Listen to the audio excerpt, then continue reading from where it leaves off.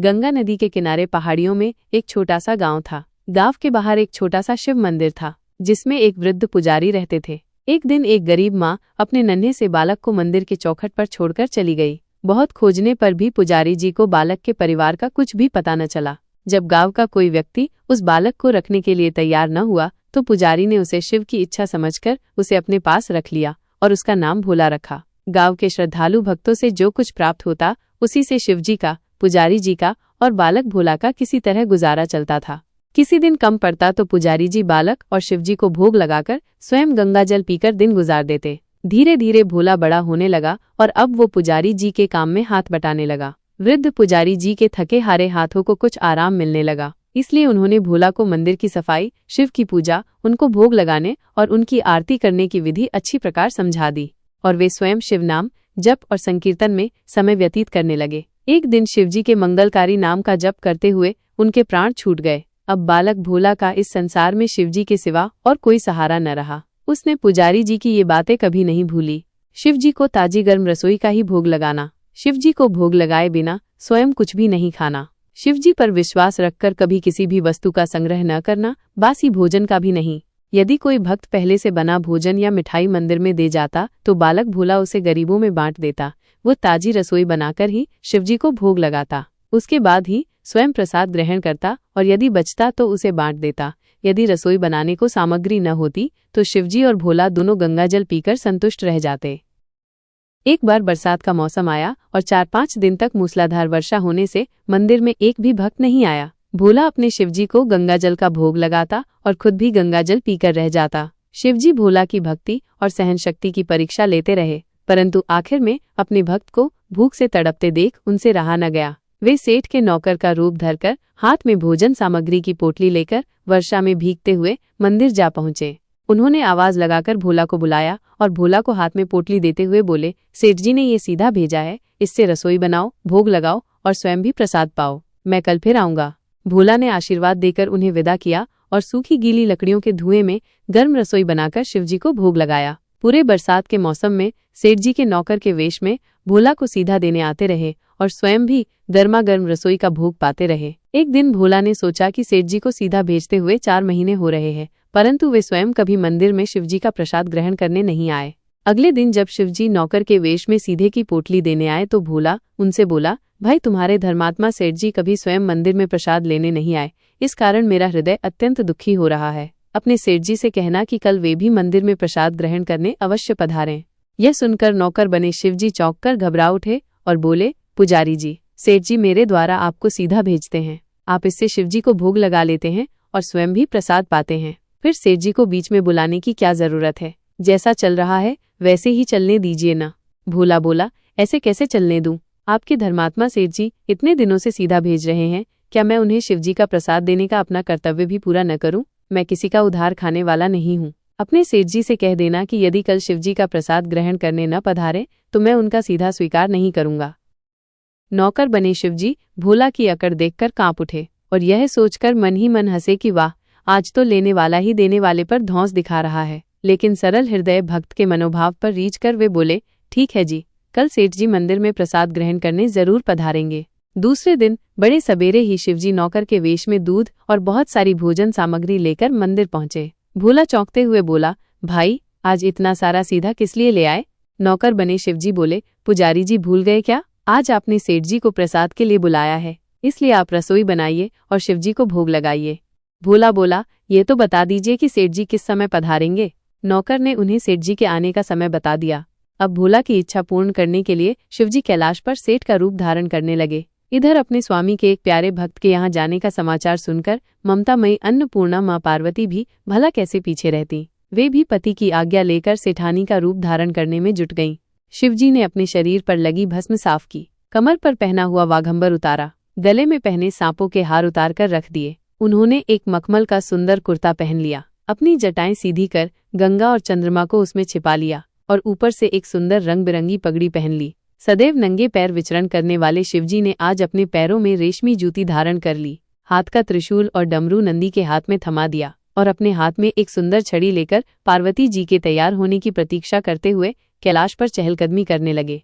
इधर पार्वती जी घंटों से तैयारी करने में जुटी हुई थीं। उन्होंने आज अपने पतिदेव के नगर में बनी सुंदर बनारसी साड़ी पहनी, जिसका रंग सेठ बने शिवजी के कुर्ते से मैच कर रहा था। उन्होंने जगमगाते हुए आभूषण धारण कर लिए, पैरों में सुंदर सैंडल पहन ली। शिवजी के बार बार आवाज लगाने के बाद श्रृंगार कक्ष से बाहर निकलकर आईं। जब पार्वती जी और शिवजी ने एक दूसरे को सेठ सेठानी के वेश में देखा तो वे चकित होकर एक दूसरे को देखते रह गए। दोनों एक दूसरे को देख देख कर निहाल हुए जा रहे थे। इससे पहले उन्होंने कभी एक दूसरे का ऐसा सुंदर रूप नहीं देखा था। जब भगवान गौरीशंकर सेठ सेठानी का रूप धरकर कैलाश से अपने भक्त के यहाँ निमंत्रण पर जा रहे थे तो गणेश, कार्तिकेय, नंदी, ऋषिमुनि, देवता सभी उन्हें देखकर देखते रह गए। सेठ बने शिवजी अपने हाथ में ली हुई छड़ी को अदा से घुमाते हुए धरती पर टेकते हुए चल रहे थे और उनके पीछे पीछे पायलों से छन छन की मधुर ध्वनि करती हुई माँ पार्वती सेठानी बनी हुई चल रही थीं। इधर भोला आज सुबह से ही सेठ जी के स्वागत में ढेरों पकवान बनाने में जुटा हुआ था। अपने शिवजी का भोग तो वो रोज बना लेता था, किंतु आज उसे कई महीने से शिवजी को भोग लगाने के लिए सीधा भेजने वाले सेठ जी को प्रसाद देना था। अतः आज उसने अपनी सारी पाक कला झोंक दी। उसने सेठ जी द्वारा भेजे हुए चावल धोकर खीर बनाई, उसे धीमी आंच पर पकाकर गाढ़ा किया। उसमें सेठ जी के द्वारा भेजे हुए पिस्ते, बादाम, केसर, किशमिश डाले, मिर्च और अदरक को कूटकर उसे बाजरा, बेसन और गेहूं के आटे में भर भर कर मोटे मोटे टिक्कड़ बनाए। रसोई बनाकर भोला फिर से स्नान करने चला गया ताकि स्वच्छ वस्त्र पहनकर शिवजी को भोग लगा सके और सेठ जी को उनका प्रसाद ग्रहण करवा सके। जब भोला स्नान करके लौटा तो देखा कि सेठ जी प्रसाद ग्रहण करने के लिए स्वयं तो आए ही हैं, संग में अपनी सेठानी जी को भी ले आए हैं। भोला ने झट से दोनों को राम राम की, उन्हें आसन देकर बैठाया और बोला, मैं अभी शिवजी को भोग लगाकर आता हूँ, फिर आपको प्रसाद परोसूंगा। भावना के भूखे शिवजी को भूख सहन नहीं हो पा रही थी, इसलिए वे बोले, पुजारी जी भगवान को जल्दी से भोग लगाइए, मुझसे भूख सहन नहीं होती। भोला बोला, सेठ जी भूख तो मुझे भी बड़े जोर से लग रही है, किंतु मैं अपनी भूख के कारण शिवजी को भोग लगाना नहीं भूलता। यदि दुनिया के सारे लोग इसी तरह अपनी भूख के लिए शिवजी को भोग लगाना भूल जाएं, तो शिवजी तो भूखों मर जाएंगे। सेठ जी बने शिवजी एक पत्तल उठाते हुए बोले, पुजारी जी आप भोग लगाइए, इधर मैं पत्तल परोस लेता हूँ, मुझसे भूख सहन नहीं हो पा रही है। भोला सेठ जी बने भोले बाबा को डांटते हुए बोला, सेठ जी शिवजी के काम में न जल्दीबाजी चलती है और न कंजूसी। मैं जब तक शिवजी को भोग नहीं लगा लेता आप रसोई के पास भी नहीं फटक सकते। चुपचाप इधर बैठ जाइए और ओम नमः शिवाय जपते रहिए। मैं अभी आता हूँ और आपको पेट भर भोजन कराता हूँ। सेठ बने शिवजी डांट खाकर चुपचाप अपने आसन पर जा बैठे।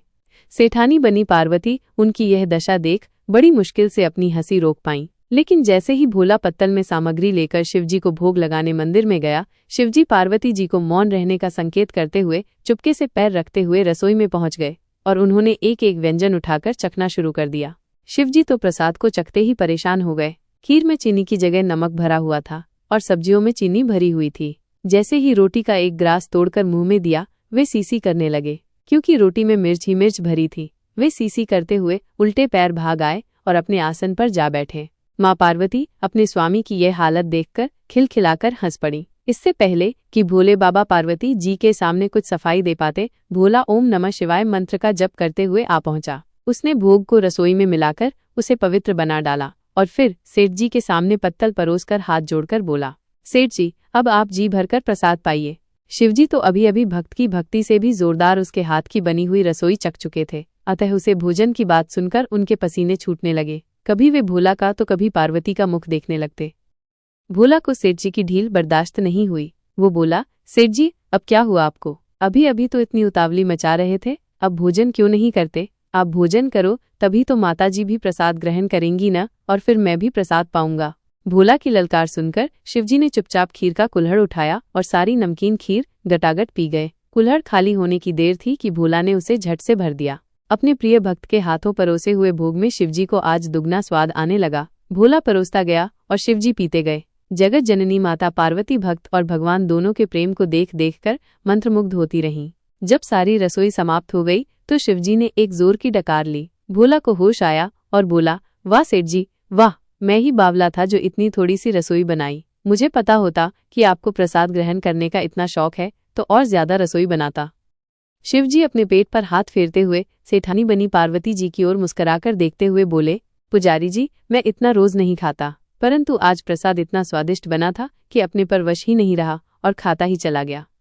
तभी भोला अचंभित होकर बोला, सेठ जी वो तो आपने ठीक किया, लेकिन माताजी तो भूखी ही रह गईं। ममतामयी पार्वती माँ से भोला का मुख देखा नहीं गया। उन्होंने बची हुई खीर की 4 बूंद अपने कंठ में टपका ली।